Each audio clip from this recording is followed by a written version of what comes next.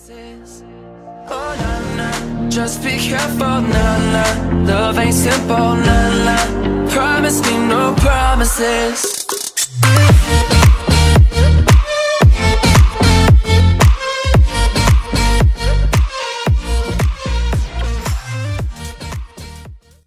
Alors aujourd'hui on se retrouve pour une routine soin huile de ricin et huile de coco pour les cheveux. Donc je vais vous montrer un peu comment l'appliquer et vous faire voir avant après. Donc là je les peigne vite fait.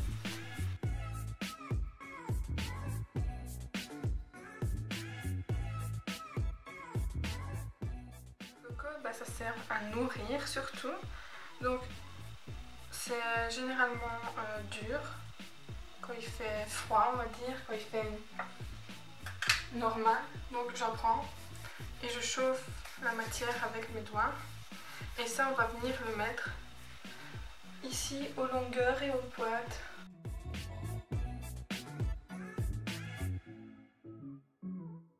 Vous pouvez le mettre avec votre peigne, enfin vous prenez, vous en mettez un peu comme ça. Alors moi je fais ça au moins une fois sur deux quand je fais mes shampoings, donc généralement je fais un shampoing par semaine parce que je n'ai pas besoin de plus, enfin, ça dépend si mes cheveux sont vraiment sales. Donc pour l'huile de ricin, bah, c'est simple, c'est pas compact, donc vous prenez comme vous voulez. Moi je prends avec le doigt, c'est plus simple. Prenez et ici vous mettez sur les racines. Bon, moi je vais aller au sport donc j'ai pas envie qu'on voit trop, donc je mets ici par en dessous.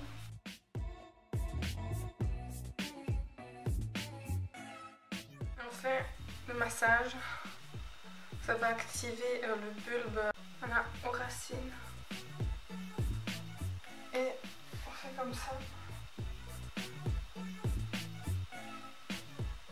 Alors le mieux c'est de garder ça 1 heure.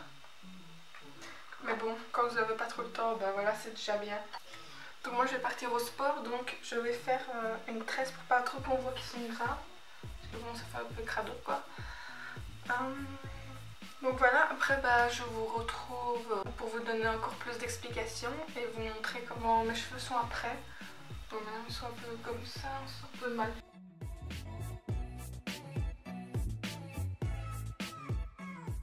Voilà, je vous retrouve dans 2 heures.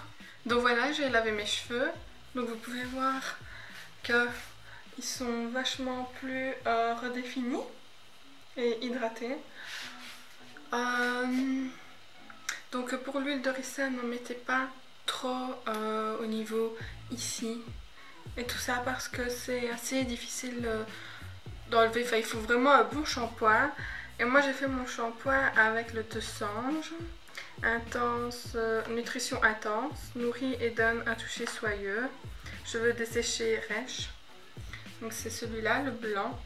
Et franchement en plus ils sont trop bons et ils tiennent ses promesses. On voit qu'ils sont bien hydratés et qu'ils sont doux. Là je suis le lendemain et c'est toujours aussi doux. Donc voilà, je vous le conseille à 1000%. Donc l'huile de ricin, franchement moi je vois quand même une différence parce qu'ils poussent assez vite. Là je les ai coupés il n'y a pas très longtemps et je trouve qu'ils poussent assez vite alors que ça fait pas longtemps que je les ai coupés quoi. Et donc voilà, je vous conseille vraiment d'utiliser ces produits. Comme je vous l'ai montré, il faut bien, enfin l'huile de coco, il faut bien chauffer la matière ou alors vous faites chauffer au micro-ondes et vous mettez sur les longueurs. Et pour l'huile de ricin, vous mettez aux racines. Vous pouvez mettre autour aussi, ou si vous devez sortir, ben vous mettez par en dessous, comme ça on voit pas, et vous massez. Vous massez. Et je sais pas vous dire après combien de temps, mais ça marche bien quoi. De toute façon c'est connu que l'huile de ricin marche, donc voilà. Si vous lavez vos cheveux 2 fois par semaine, n'utilisez pas l'huile de coco et l'huile de ricin sur les 2 jours, faites un jour sur 2.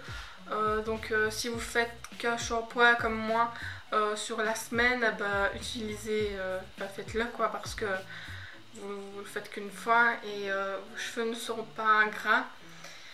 Donc voilà. Et qu'est-ce que je peux dire d'autre?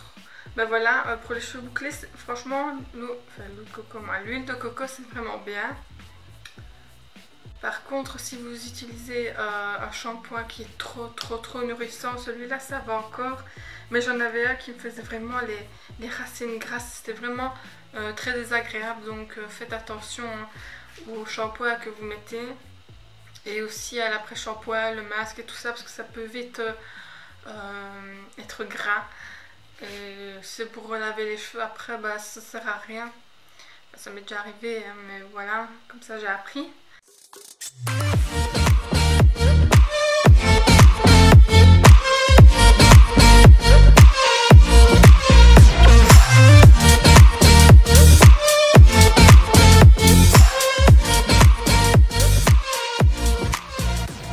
On va bien faire passer une petite information sur les personnes qui s'en foutent complètement de moi, qui aiment bien me voir et rigoler devant leur écran avec leurs potes, et écrire des petits méchants commentaires, mettre un dislike et tout ça. Franchement, je m'en fous. C'est grave de se préoccuper de quelqu'un comme ça, alors qu'on s'en fout carrément de lui. Écrire des petits commentaires malaisants.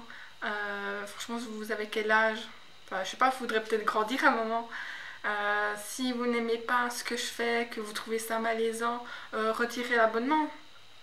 Moi je m'en fous si vous partez, si vous restez, mais respectez quoi.